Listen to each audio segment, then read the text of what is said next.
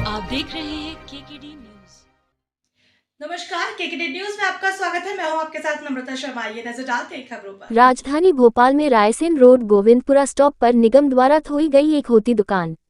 आपको बता दें कि ये दुकान थोई गई है पूर्व बदमाश लल्लू रईस की थी। निगम द्वारा पक्षपातपूर्ण कार्रवाई करते हुए एक होती दुकान को निशाना बनाया गया। स्थान पर चारों ओर अवैध दुकानों का साम्राज्य स्थापित है। ऐसे में सवाल उठता है, कार्रवाई बार बार होती है, ऐसे में लल्लू रईस का कहना है, मैं 6 सालों से बदमाशी छोड़ चुका हूं और 6 सालों में मेरे कोई बड़े आपराधिक प्रकरण नहीं है। इसके बावजूद मेरी ही दुकान को निशाना बनाकर मुझसे जीने का अधिकार क्यों छीना जा रहा है। उन्होंने अतिक्रमण प्रभारी पर व्यक्तिगत दुश्मनी निकालने का आरोप लगाया है। क्या लगता है किस मकसद से आपकी ये मेरे दुकान साथ कार्रवाई भेदभाव किया जा रहा है। मैं पूर्व में अपराधी रह चुका हूँ और मेरे ऊपर कम से कम 60 से 70 मामले चले, जो कुछ झूठे भी थे कुछ सही भी थे, और मैं अपनी ज़िंदगी बदल चुका हूँ। मेरे 7 बच्चे हैं। मैं अपने बच्चों के साथ जीवन पोषण कर रहा हूँ, जैसे भी पालन पोषण अपने बच्चों का कर रहा हूँ। ये छोटी सी मेरी दुकान है और ये मेरी आज से नहीं, मेरी 30 साल से पुरानी, 40 साल पुरानी मेरे बाप के कब्जे की दुकान है ये। और ये बाकी पूरी भी रूपनगर में अवैध दुकानें हैं, मुन्ना टार्जन की, लाखन की। ये भी गुंडे रहे हैं, भारी गुंडे रहे हैं, मुझसे बड़े गुंडे रहे हैं ये क्षेत्र के। मगर मुझे ही क्यों एक तरफा वो करा जा रही है टारगेट, मेरे ये समझ में नहीं आता।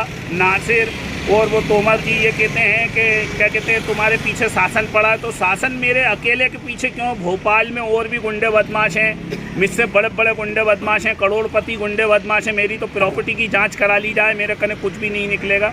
तो मुझे जीने का अधिकार क्यों नहीं दिया जा रही है? जब बड़े बड़े डाकुओं को और बड़े बड़े लोगों को जीने का अधिकार दिया गया, डाकू जैसों को ज़मीनें दी गई, आवाज़ दिए गए रहने के लिए, तो मुझे एक छोटा सा ये क्यों नहीं, मेरा कब्ज़ा क्यों हटाया जाता है बार बार? और शासन इतना सतर्क है कि मैं आज कब्ज़ा करता, जैसे रात में 8 बजे दुकान बनाई और सुबह 8 बजे आके तोड़ गई, तो शासन क्या इतना मुस्तैद है मेरे पीछे कि मेरे पीछे ही पड़ा हुआ है शासन के मुझे हटाना ही है या मुझे बर्बाद करना है? तो श्रीमान मोहन यादव जी से जब निवेदन कर रही हूँ कि मुझे मेरे बच्चों को पालने दिया जाए।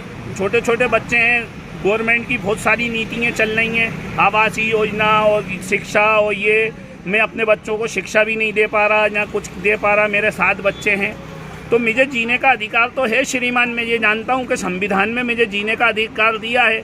एक तरफा मेरे पीछे क्यों कार्रवाई है? आप पूरा रायसेन रोड देखिए, अवैध कब्जे में 10-10, 15-15 लाख की दुकानें बिक रही हैं यहाँ पे, और उन दुकानों का सौदा हो रहा है, ना कोई टैक्स पे किया जा रही है, ना कोई रजिस्ट्री शुल्क दिया जा रही है, ना कुछ। अभी ये मुन्ना टार्जन की दुकानें बिकी हैं, 10-10 लाख रुपए में दुकानें बिकी हैं, और उनको पहले भी मेरे अतिक्रमण के साथ मुन्ना टार्जन की दुकानें भी तोड़ी गई थी। तो मैं एक क्या मुसलमान हूँ, तो इसलिए एक वो मिल रही है मुझे सज़ा।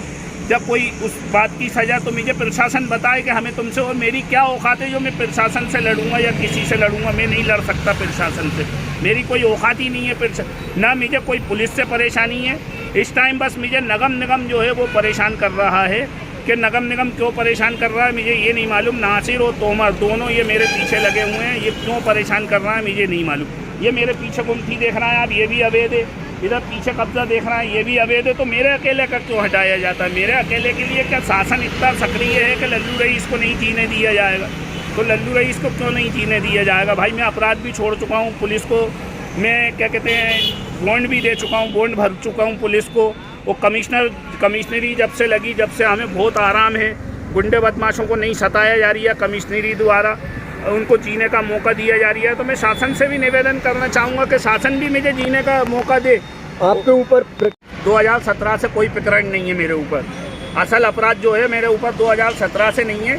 हाँ, जुए सट्टे के वक्त पे ये लोग खुद लगाते रहते हैं, इनने खुद लगाए जुए सट्टे का, उसमें भी मैं इस पार्ट पे नहीं रहता। कहीं भी कहते हैं कि भग गया, कभी कहते हैं नहीं है। ऐसे अपराध नहीं, तो 2017 से असल अपराध मेरे ऊपर कोई भी नहीं है। और वो असल अपराध भी 2017 में ऐसे लगाए मेरे ऊपर कि मेरे बच्चों का स्कूल से विवाद चल लिया, तो वो स्कूल वाले ने मेरे ऊपर केस लगवाया था। नहीं तो वैसे तो मेरे ऊपर काफ़ी टाइम से कोई, ना मैं आदतन अपराधी हूँ, ना मेरे ऊपर लूटें हैं, ना चोरियाँ हैं, ना हत्या के प्रयास हैं। हत्या का प्रयास है, मगर हत्या जैसी यहाँ अपराध नहीं है। अब साहब उनको तो मौका दिया गया, डाकुओं को जिनने 40-40 हत्याएँ करी, खड़े होकर लाइन से उड़ा दिया हो, उनको साहब संसद भी पहुँचाया, वो विधानसभा भी गए और संसद भी गए। वो तो मुझ जैसा छोटा सा आदमी क्या ये खा कमा नहीं सकता भाई, ये खा। और मैं पहले कुछ धार्मिक काम भी करता था, जनता की मदद भी करता था, खाना बांटता था, ये करता था। सब मेरा इतिहास देखा जाए मुझसे, ये रूपनगर में भी हालांकि कोई परेशान नहीं है मुझसे। अभी आप अगर गोपनीय भी पूछोगे कि लल्लू रईस का रिकॉर्ड क्या है, तो आदमी यही कहेगा कि नहीं भैया बहुत अच्छे हैं, वो बहुत अच्छा काम करते हैं। आप तो क्या दबाव बनाओ, पैसा देगा ये अच्छा, तो इसलिए नहीं तो और दुकानें तोड़ो ना आप। मेरा ये कहना, अगर संविधान सबके लिए है, कानून सबके लिए, तो आप सब तोड़ो। ये अभी पेपर में पत्रिका में आया है कि रूपनगर में अवैध कब्जा हो रहा है, व्यवसाय। अरे श्रीमान, लोगों के करोड़ों रुपए के व्यापार चल रहा है यहाँ पे, ये झुग्गियाँ नहीं है, ये करोड़ों का व्यापार चल रहा है इन दुकानों में। गवर्नमेंट कहाँ सो रही है? इनको या तो इनके किराए नामे करे गवर्नमेंट,